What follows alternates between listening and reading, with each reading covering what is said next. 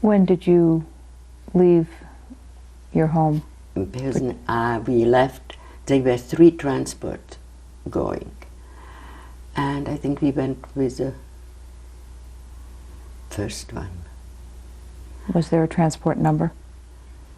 Yes. That was S923, 923 and dash 922. Do you remember that day? Yes. Can you describe it? Very early morning. Our best friends, the minister, he would come. He also, I have to say, I forgot to tell you, these were friends, such a true friends, that they were on the, when my mother was cremated, they were there with us, holding our hands. The whole family.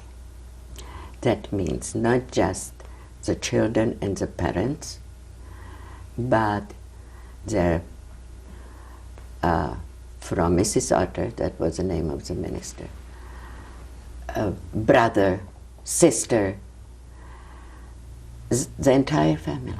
And that was very unusual. And they came in the morning, which was the biggest no-no, because across, as I said, was a German family living, and they watched everything. They came to say goodbye? So we had to go to the Sokolovna. It was a place, Sokol, which is a Czech club for gymnastic.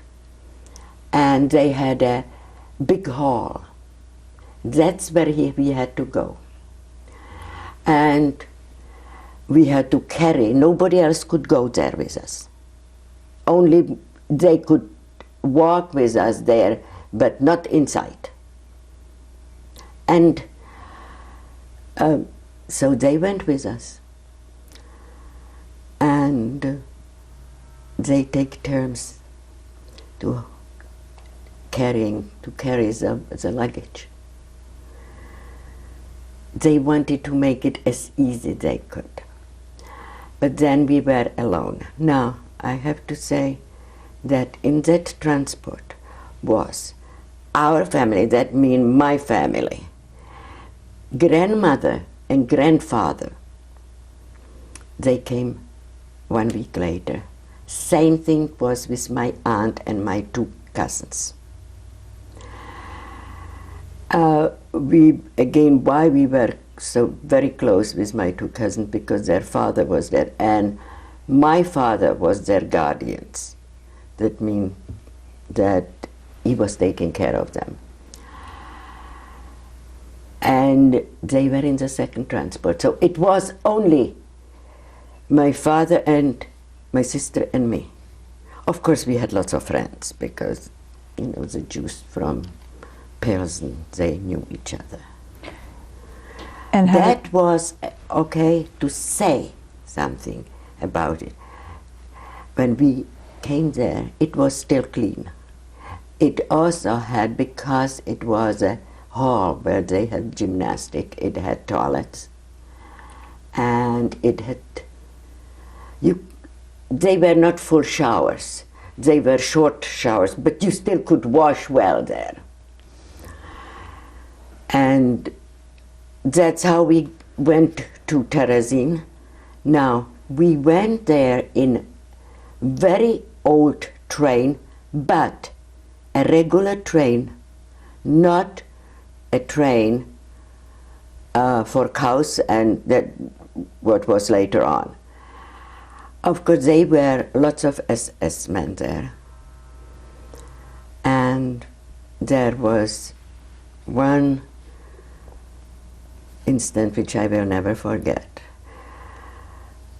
Because going to Theresienstadt, you would wear the best things you have. I don't mean Sunday clothes, but the pullovers you had, the best. Everything had to be the newest. And so my father, I thought always he was so very handsome, and he had his new pullover, you know, and a sport jacket over, and of course a coat and hat, and the SS. So he looked very well and very dignified, which he wanted. He did not want to lose that.